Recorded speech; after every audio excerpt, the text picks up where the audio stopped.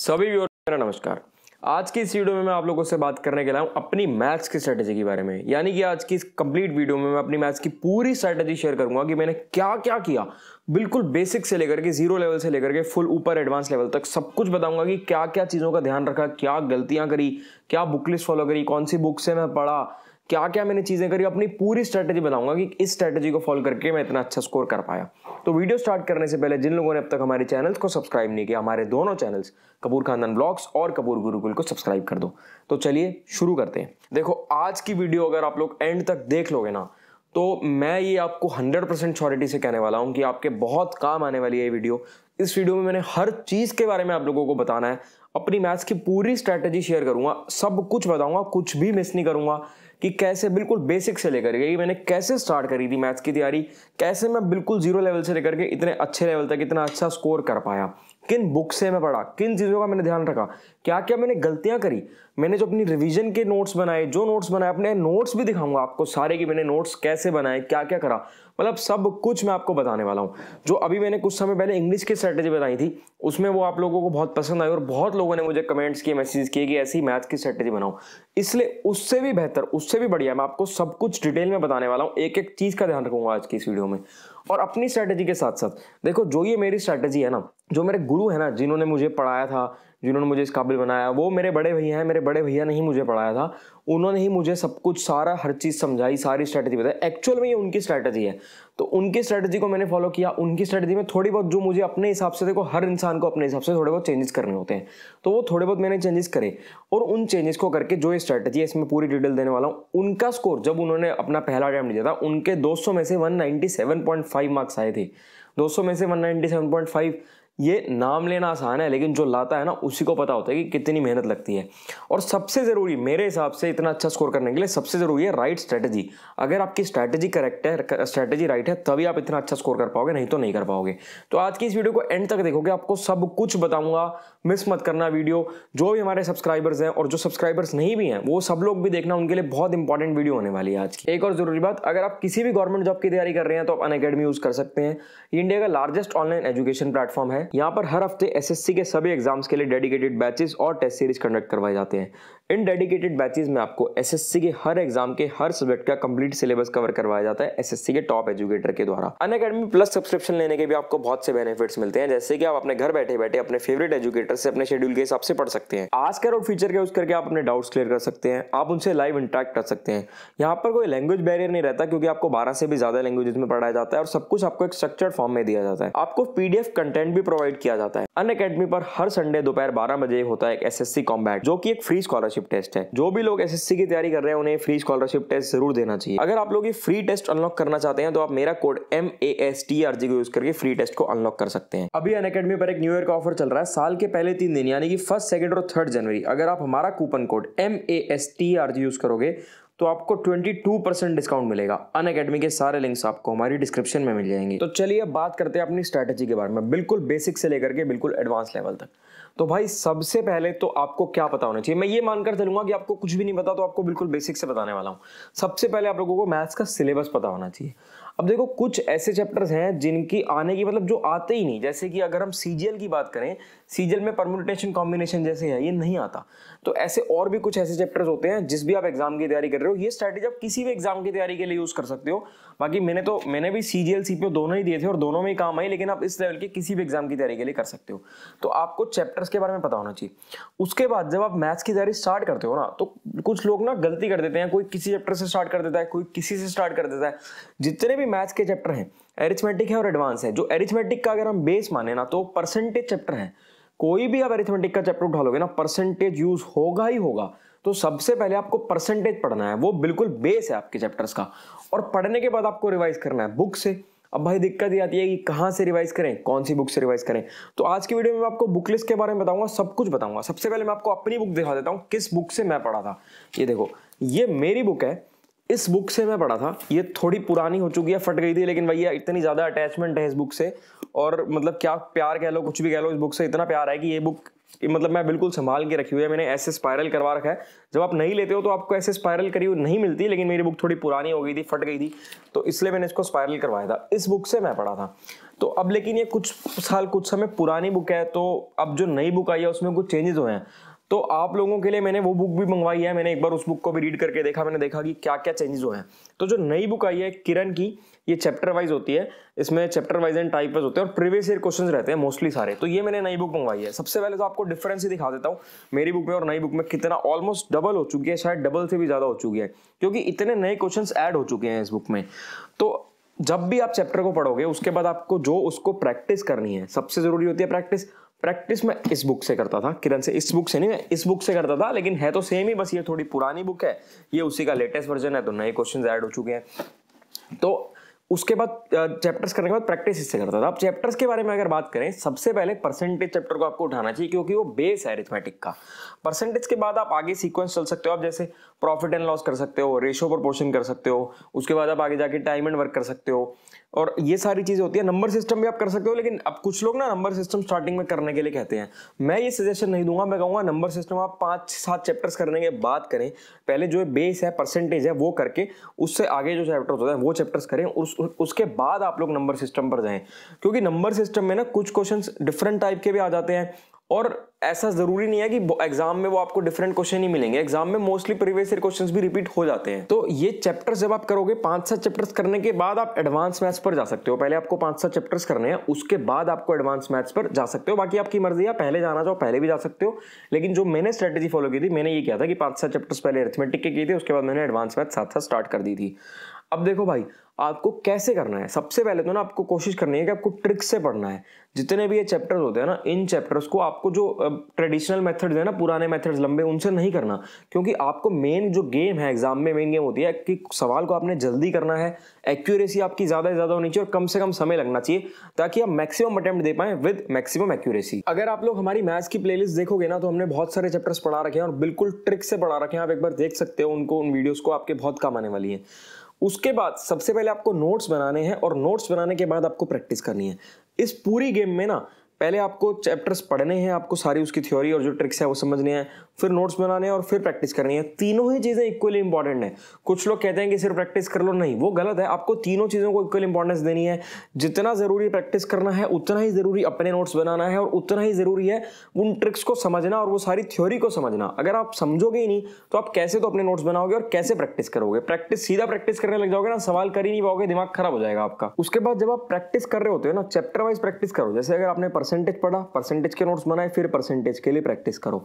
कोई भी chapter skip मत करो, कोशिश करो कि आपको कोई भी चैप्टर क्या कोई भी क्वेश्चन भी स्किप नहीं करना। अगर आपने ये किताब उठाई है ना, तो इस किताब को पूरा खत्म करना है।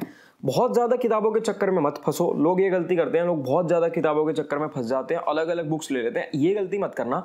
आप अपनी 1-2 बुक्स रखो और उनको बार बार पढ़ो, पूरी पढ़ो, बुक में से कुछ भी नहीं छूटना चाहिए, क्योंकि अगर आपने पूरा पढ़ लिया तो आपके सारे कॉन्सेप्ट्स हो जाएंगे खत्म। कोई भी ऐसा टाइप या कोई भी ऐसा कॉन्सेप्ट नहीं रहेगा जो मिसिंग हो, क्योंकि ऑलमोस्ट जितने भी प्रीवियस ईयर क्वेश्चंस हैं वो सब आपको इस बुक में मिल जाएंगे। अब देखो, जिस बुक से मैं इससे पढ़ा था, इसमें सारे चैप्टर्स तो हैं ही हैं, लेकिन अब एक चीज आती है कि एडवांस मैथ्स जो है ना, उसमें बहुत दिक्कत आती है। मुझे भी स्टार्टिंग में दिक्कत आती थी।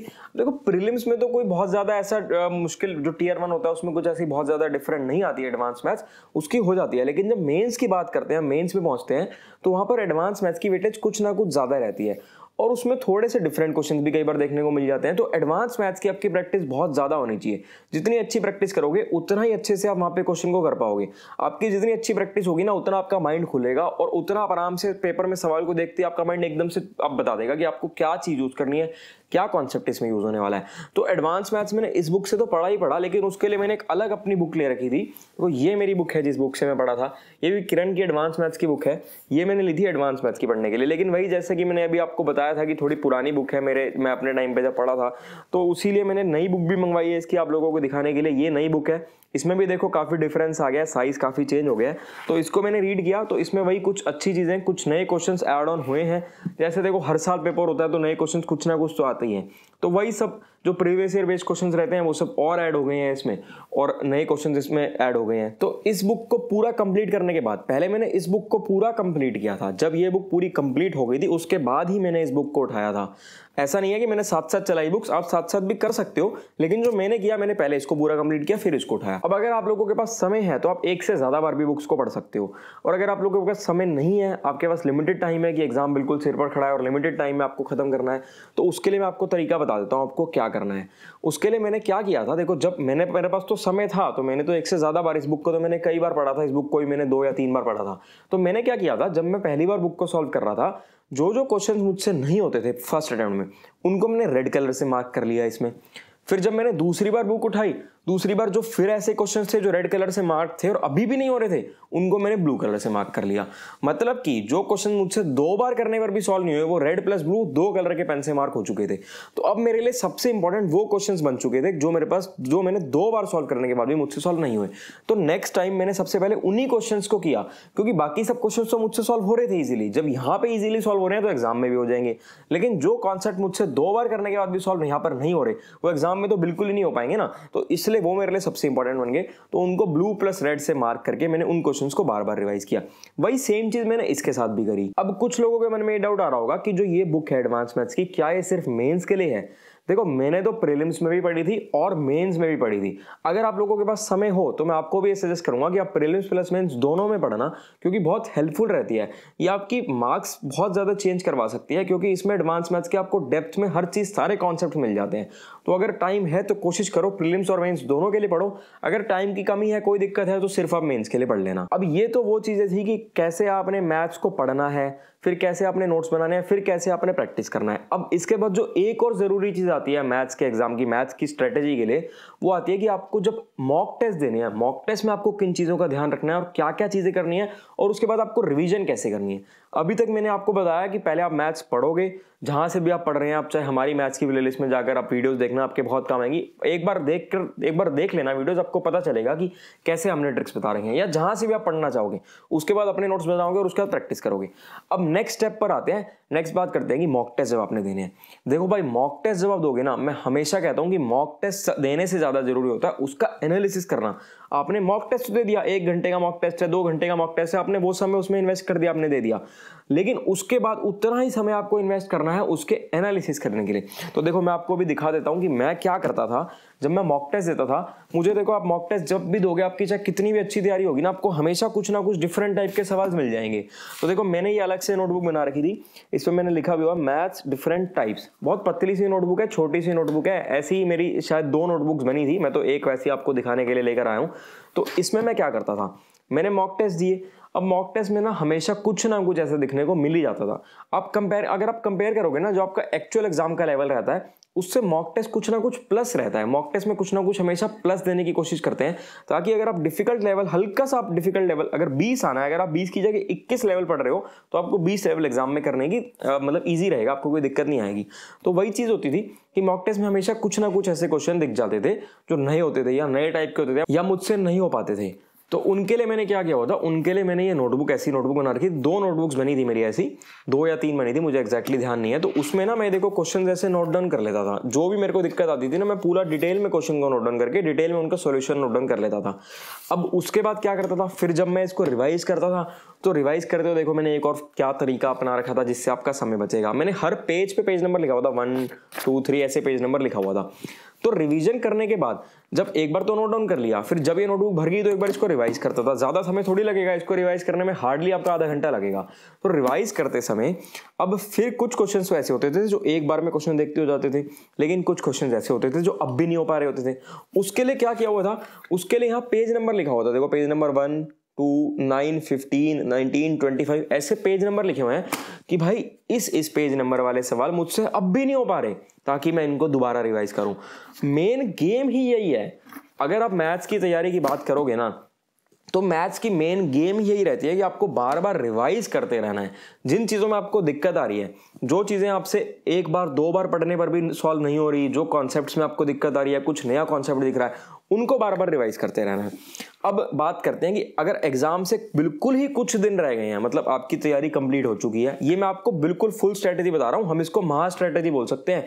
ये मैंने सब कुछ बता दिया आपको, बिल्कुल बेसिक से लेकर के, कि मैंने इतने कम समय में मैंने आपको सारी डिटेल्स बता दी कि बिल्कुल कम समय से मैंने स्टार्ट करके, बिल्कुल 0 लेवल से स्टार्ट करके कैसे मैथ्स को स्टार्ट किया, कैसे पढ़ा, नोट्स बनाए, कैसे बुक से पढ़ा, किन बुक से पढ़ा, कैसे रिवाइज किया, कैसे मॉक टेस्ट दिए, सब बता रहा हूं। अब बात करता हूं बिल्कुल एग्जाम से कुछ दिन पहले के लिए। देखो उसके लिए ये रजिस्टर बना रखा था, ऐसे मैंने अलग अलग रजिस्टर बना रखे थे बिल्कुल सिस्टमैटिक वे में, और आप भी जितना सिस्टमैटिक वे में पढ़ोगे ना, उतनी आपके लिए अच्छा रहेगा। देखो इस पे लिखा हुआ मैथ्स रिवीजन रजिस्टर 1, ऐसे मेरे शायद एक ही बना था रजिस्टर, तो जहाँ तक मुझे ध्यान आ रहा है, लेकिन तब मैंने रजिस्टर 1 लिख लिया होगा कि क्या पता सेकंड रजिस्टर भी बनाना पड़े। अब इसमें मैंने क्या किया था, जितने भी मैथ्स के चैप्टर्स थे, सारे चैप्टर में से हर चैप्टर में कुछ ना कुछ ऐसी इंपॉर्टेंट चीज होती है, जो इंपॉर्टेंट कॉन्सेप्ट्स होते हैं, जो ऐसा रिस्क रहता है कि आप भूल ना जाओ। तो जितने भी चैप्टर्स थे, जैसे अगर मेंसुरेशन की बात करें तो जितने भी फॉर्मूलेज बनते हैं, अलजेब्रा की बात करें जितने भी शॉर्ट ट्रिक्स बनते हैं, वो सब मैंने इसमें नोट डाउन करे थे। पूरा रजिस्टर तो नहीं भरा था उससे, मैं आपको दिखा देता हूँ। देखो किस टाइप से मैंने नोट डाउन कर रखे थे। देखो जैसे ये है, ये अलग अलग चैप्टर्स के हैं, जैसे प्रॉफिट एंड लॉस हो गया, टाइम वर्क हो गया, टाइम एंड डिस्टेंस हो गया। ऐसे देखो हर चैप्टर के, देखो यहाँ भी मैंने मैथ्स रिवीजन लिखा हुआ है, ऐसे मैंने हर चैप्टर के नोट डाउन करे हुए थे। देखो ये फॉर्मूलेज आ गए, इसमें ट्रिगो भी, अलजेब्रा भी, मेंसुरेशन भी, सारे चैप्टर्स मैंने करे थे नोट डाउन। देखो इस टाइप से हर चीज, जो जो मुझे लगता था कि जो जो इंपॉर्टेंट चीजें हैं, जो ट्रिक्स हैं, जिन ट्रिक्स को एग्जाम में यूज करके मेरा समय बच सकता है, वो इंपॉर्टेंट ट्रिक्स मैंने नोट डाउन करे थे, ताकि एग्जाम से कुछ दिन पहले मैं इन ट्रिक्स को बार बार रिवाइज करूं। देखो मैथ्स की प्रैक्टिस तो जितनी होनी होती है ना, आप, ये कोई स्कूल का पेपर तो है नहीं कि आपने 2 रात पहले पढ़ा और क्लियर कर लिया। ना स्कूल का पेपर है ना कॉलेज का पेपर है, ये कॉम्पिटिटिव एग्जाम है, कंपटीशन है।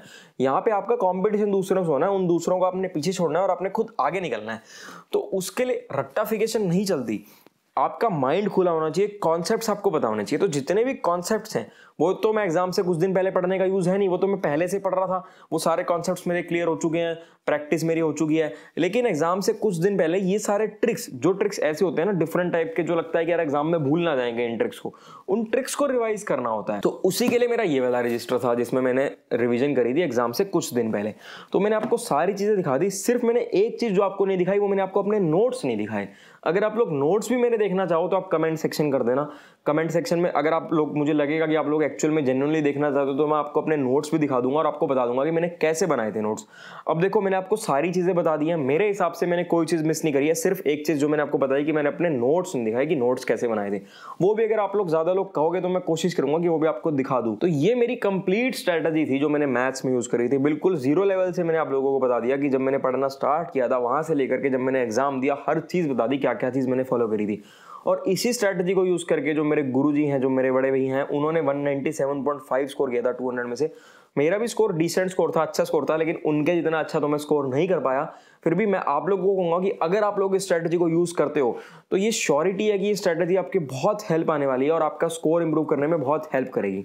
अब एक गलती की बात करते हैं, जो गलती मैंने करी थी और मुझे लगता है कि वो मेरी सबसे भारी गलती थी। आप लोग बहुत ज्यादा मुश्किल पढ़ने के चक्कर में मत फंसना। मैंने पहले भी आप लोगों को बताया कई बार अपनी वीडियोस में कि बहुत ज़्यादा मुश्किल मैंने पढ़ने के चक्कर में मैं फंस गया था एक टीचर से। तो उस चक्कर में मेरा बहुत टाइम वेस्ट हुआ, मैं बहुत डीमोरलाइज हुआ, मुझे ऐसा लगता था कि मैं सब भूल चुका हूँ, मतलब बिल्कुल डिस्करेज हो गया था कि मुझे कुछ भी नहीं आता। लेकिन बड़ी मुश्किल से हिम्मत करके फिर आगे किया सब कुछ और सब कुछ अच्छा हो पाया। मैं अपनी पुरानी वीडियोज़ में आपको बता रखा है। तो आप लोगों को ये कहूँगा कि बहुत ज़्यादा मुश्किल पढ़ने के चक्कर में मत फंसो, अपना एक एवरेज लेवल पढ़ो, प्रीवियस ईयर पढ़ो। अगर आप उसमें आपने बिल्कुल अच्छा, मतलब अच्छी पकड़ बना ली ना आपने, तो जो मुश्किल क्वेश्चन होंगे ना वो आपसे वैसे ही निकल जाएंगे एग्जाम में। घबराओ मत, पढ़ते रहो, रिवाइज करते रहो, मॉक टेस्ट देते रहो, जितनी ज्यादा प्रैक्टिस हो उतनी प्रैक्टिस करते रहो। ये जो मैंने आपको बुक्स दिखाई हैं, इनका लिंक मैं डिस्क्रिप्शन में डाल दूंगा। ये कई लोग पूछते हैं कि हिंदी में आती है इंग्लिश में आती है, तो ये दोनों में आती है। आप लोग हिंदी में भी ले सकते हो, आप लोग इंग्लिश में भी ले सकते हो, जिस भी लैंग्वेज में आप पढ़ते हो आप उसी लैंग्वेज में ले सकते हो। डिस्क्रिप्शन में लिंक होगा, आप लोग वहां पर जाकर देख लेना। कुछ भी डाउट आता है, आप कुछ भी हमसे पूछना चाहो, हमसे कमेंट सेक्शन में पूछ सकते हो। हमारे इंस्टाग्राम, टेलीग्राम सारे लिंक्स आपको डिस्क्रिप्शन में मिल जाएंगे। हम कोशिश करते हैं कि आपके जितनी भी क्वेरीज होती हैं, जो भी डाउट्स होते हैं, हर चीज के ऊपर एक डिटेल्ड वीडियो बनाएं। तो आप कुछ भी हो, आप लोग हमसे पूछ लेना। ठीक है, फिर मिलेंगे आपसे अगली वीडियो में।